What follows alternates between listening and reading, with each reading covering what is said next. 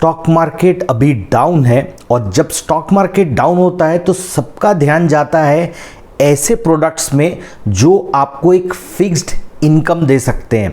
और ऐसे टाइम पर आपको बहुत बार सुनाई देता है कि एक्स कंपनी NCD लेकर आ रही है। जैसे अभी आपको सुनाई देगा कि इंडिया बुल्स 900 करोड़ का एक IPO लेकर आ रही है NCD का। इसके पहले हमने देखा था HDFC बैंक भी एक NCD लेकर आई थी और उसके थ्रू उन्होंने हज़ारों करोड़ रुपए मार्केट से उठाए थे। तो किसी भी इन्वेस्टर के दिमाग में ये आता है कि ये NCD होता क्या है। तो इस वीडियो पर मैं आपको बताऊंगा पूरे डिटेल में कि NCD होता क्या है और किन चीज़ों का आपको ध्यान पे रखना चाहिए डिसीजन लेने के पहले कि NCD में निवेश करें या ना करें।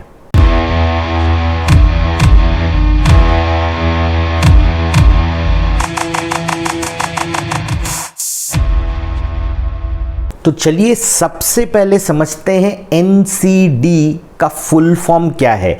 NCD का फुल फॉर्म है नॉन कन्वर्टेबल डिबेंचर।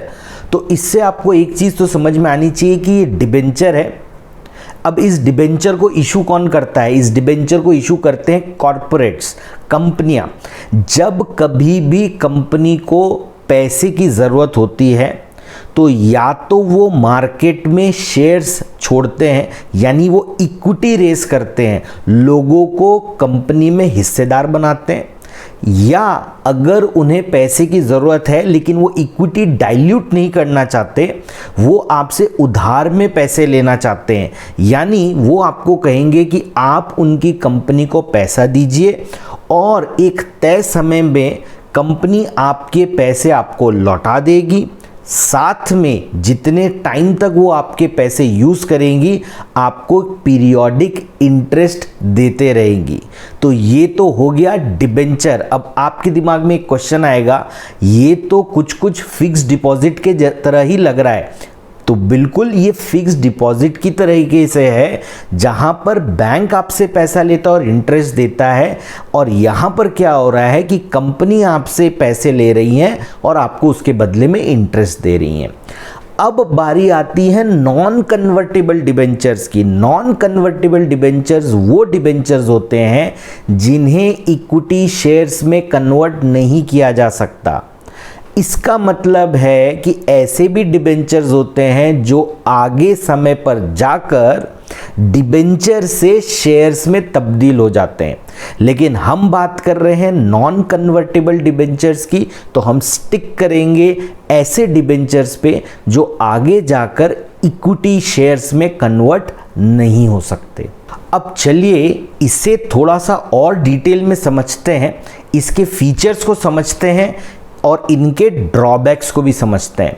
तो अब आपको एक चीज़ पता चल चुकी है कि NCD में हो क्या रहा है। कंपनी अपने बिजनेस पर्पस के लिए आपसे पैसे उधार में ले रही है और आपको उसके बदले में वो क्या देंगे? इंटरेस्ट देंगे। अब जब फिक्स डिपॉजिट की तरह आपने पैसे दिए हैं तो क्या आपकी कमाई तभी हो सकती है जब वो टेन्योर ख़त्म हो जाए?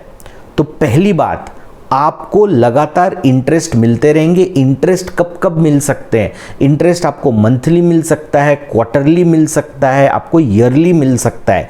इसका मतलब इंटरेस्ट पेमेंट को लेके आपके पास में भरपूर फ्लेक्सिबिलिटी है, तो आप अपने हिसाब से इस टेन्योर को चूज कर सकते हैं।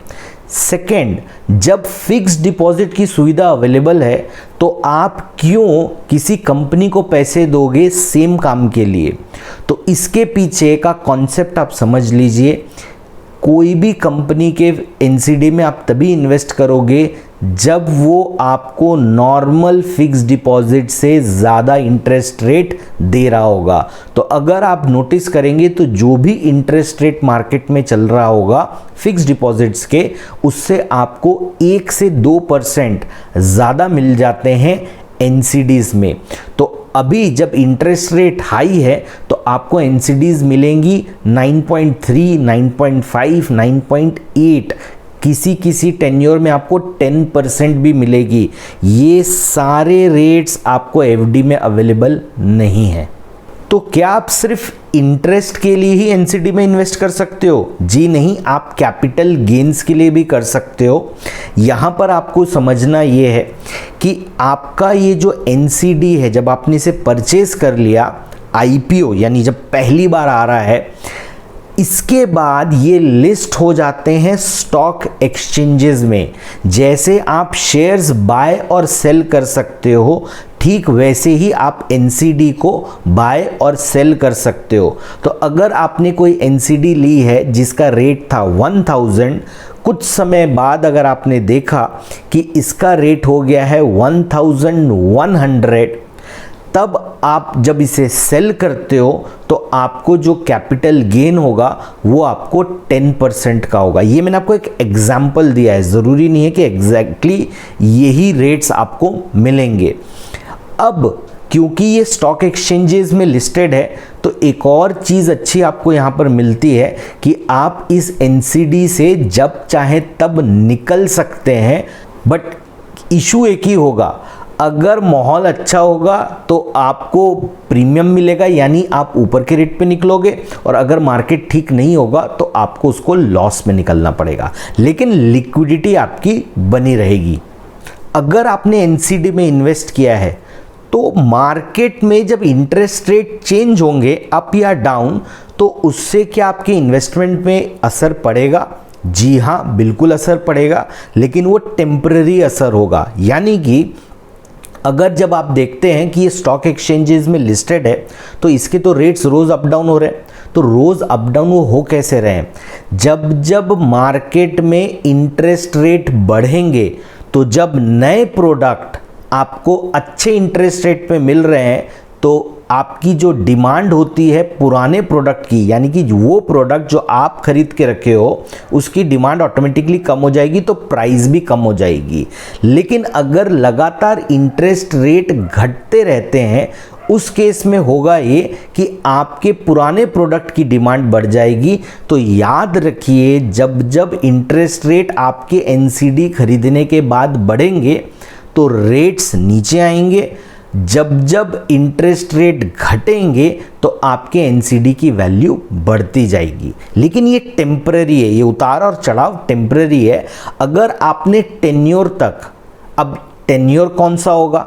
टेन्योर 90 दिन से ज़्यादा कुछ भी हो सकता है 20 साल तक, लेकिन नॉर्मली आपको दिखेंगे 3 साल, 5 साल, 7 साल। तो सपोज हम पकड़ लेते हैं 5 साल तक अगर आपने इसे होल्ड करके रखा तो कंपनी को आपको इंटरेस्ट लगातार देना है, वो देते रहेंगे, और इसके बाद में आपका कैपिटल आप तक वापस कर दिया जाएगा।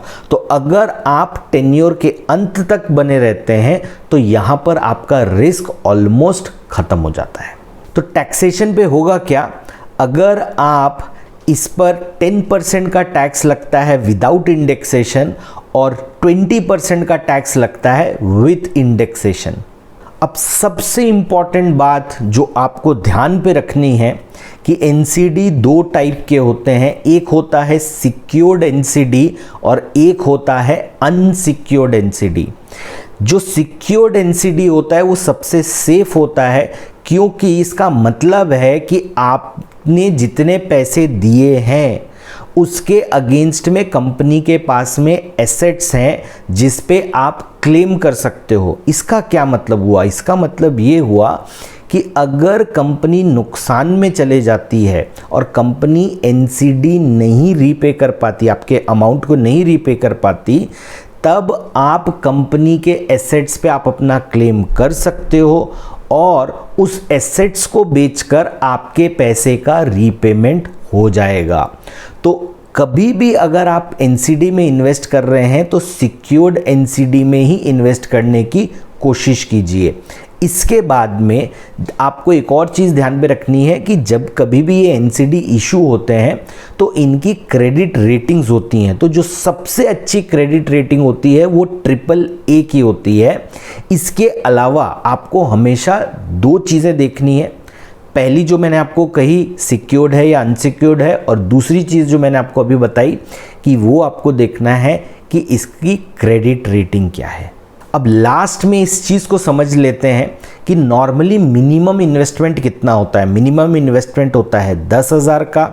इसमें आपको अप्लाई कैसे करना होता है, तो जैसे आप एक आईपीओ के लिए अप्लाई करते हैं, एनसीडी का जब ऑफर ओपन होता है आप उस पर अप्लाई करते हैं। First come first serve basis पे अलॉटमेंट होता है। जैसे मैंने कहा कि इंडिया बुल्स ने 900 करोड़ तक की जगह है उनके पास पैसे उठाने की, तो जिस दिन 900 करोड़ उड़ जाएंगे वो एनसीडी क्लोज हो जाएगा। इसीलिए आपका इन्वेस्टमेंट होगा first come first serve basis पे।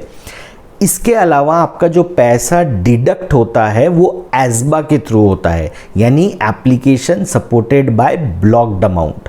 तो यहाँ पर क्या होता है कि जब कंपनी में आप अप्लाई करते हो तो वो पैसा आपके बैंक अकाउंट में ब्लॉक हो जाता है। अगर आपको अलॉटमेंट मिल जाता है तो वो पैसा आपके बैंक अकाउंट से डेबिट हो जाता है। अब हम बात करते हैं बॉटम लाइन की। तो बॉटम लाइन ये है कि एनसीडी फिक्स्ड इनकम का विकल्प है। एनसीडी स्टॉक मार्केट में इन्वेस्ट करने का विकल्प नहीं है। यहाँ पर आपको जो इंटरेस्ट रेट दिया गया है उससे ज़्यादा आपकी कमाई नहीं हो सकती। तो अगर आप एफडी में इन्वेस्ट करते हो और आप थोड़ा रिस्क लेना चाहते हो, क्योंकि देखिए एफडी में बैंक का रिस्क है, यहाँ पे कंपनी का रिस्क है, तो आपको ये पता होना चाहिए कि बैंक में रिस्क आना बहुत मुश्किल होता है कंपेयर टू किसी कंपनी का मुसीबत में आ जाना। तो आप जब कभी भी एनसीडी में इन्वेस्ट कर रहे हैं तो आपका रिस्क है कंपनी के ऊपर, क्या वो कंपनी रहेगी या कंपनी नहीं रहेगी। तो जब आप एनसीडी में इन्वेस्ट कर रहे हैं तो कुछ पोर्शन जो आप एफडी में करते हो आप वो पोर्शन एलोकेट कर सकते हो एनसीडी को, बशर्ते आप जिस कंपनी में लगा रहे हो वो कंपनी के ऊपर आपको भरोसा है।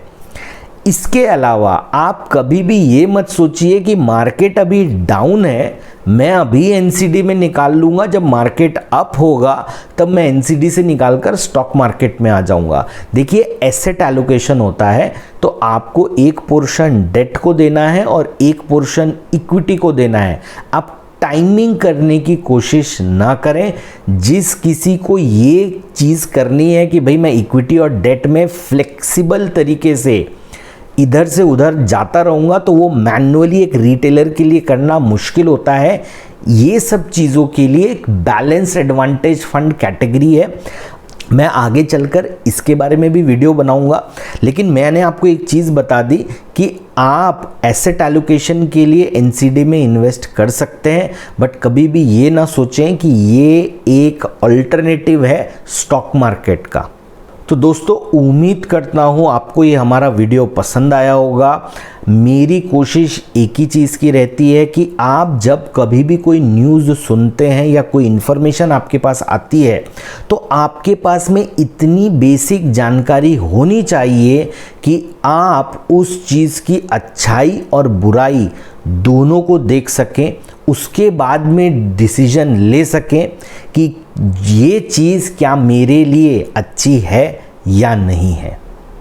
तो अगर आपको ये वीडियो पसंद आया हो तो प्लीज़ इस चैनल को लाइक और सब्सक्राइब कीजिए और दोस्तों के साथ शेयर करना ना भूलें।